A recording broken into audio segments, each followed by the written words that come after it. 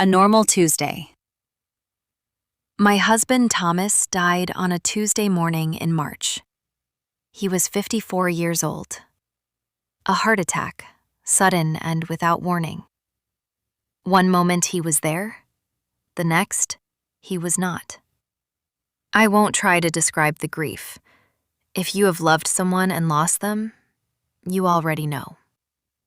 What I will tell you is what happened 3 weeks after the funeral, because that is when my real nightmare began. The attorney's office, Thomas had a will. I knew this. We had made them together, years ago, sitting in the same attorney's office with cups of bad coffee and a sense that we were being very responsible adults. Everything to each other. Then, if we were both gone, split equally between our 2 children. Simple, clear. Ours. So when Thomas's attorney called and asked me to come in, I went without worry. I remember I wore the gray coat Thomas always liked.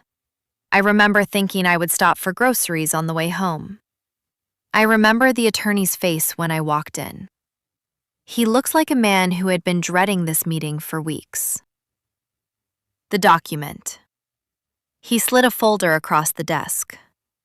"Mrs. Clare," he said, "I want you to know I had no part in this. This document was filed 8 months ago by a different attorney. I only became aware of it last week."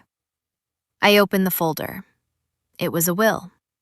Thomas's name at the top, his signature at the bottom.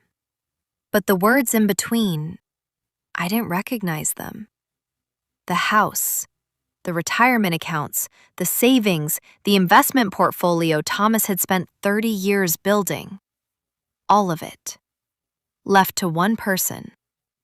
His mother, Dorothy. I read it 3 times. My name was not in it. Not once, not anywhere. Neither were my children's names. Thomas could not have done this. I want to be very clear about something.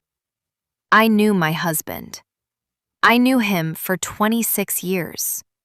He was not a perfect man. He was stubborn and he forgot anniversaries and he could never remember where he put his keys. But he loved his children. He loved our life. He told me 2 weeks before he died that his greatest fear was leaving us without security. He did not write this will. I was certain of it the moment I read it, which meant only one thing. Someone else did. Dorothy. Dorothy had never liked me. She made this clear from the beginning in the way only a certain kind of woman can, with perfect politeness and complete hostility at the same time.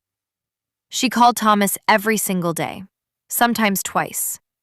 She referred to our house as Thomas's house. She once told me at Christmas dinner that Thomas could have done so much better. She said it with a smile. She said it in front of my children. Thomas told her it was uncalled for. She cried. He apologized. That was the pattern. Always. And now Thomas was gone, and Dorothy had a document with his name on it. I drove home from that attorney's office and I made 2 phone calls. The first was to my own attorney. The second was to my daughter. "Something is very wrong," I told her, "and we're going to find out what." My attorney told me that for this will to be valid, Thomas would have had to sign it knowingly and willingly.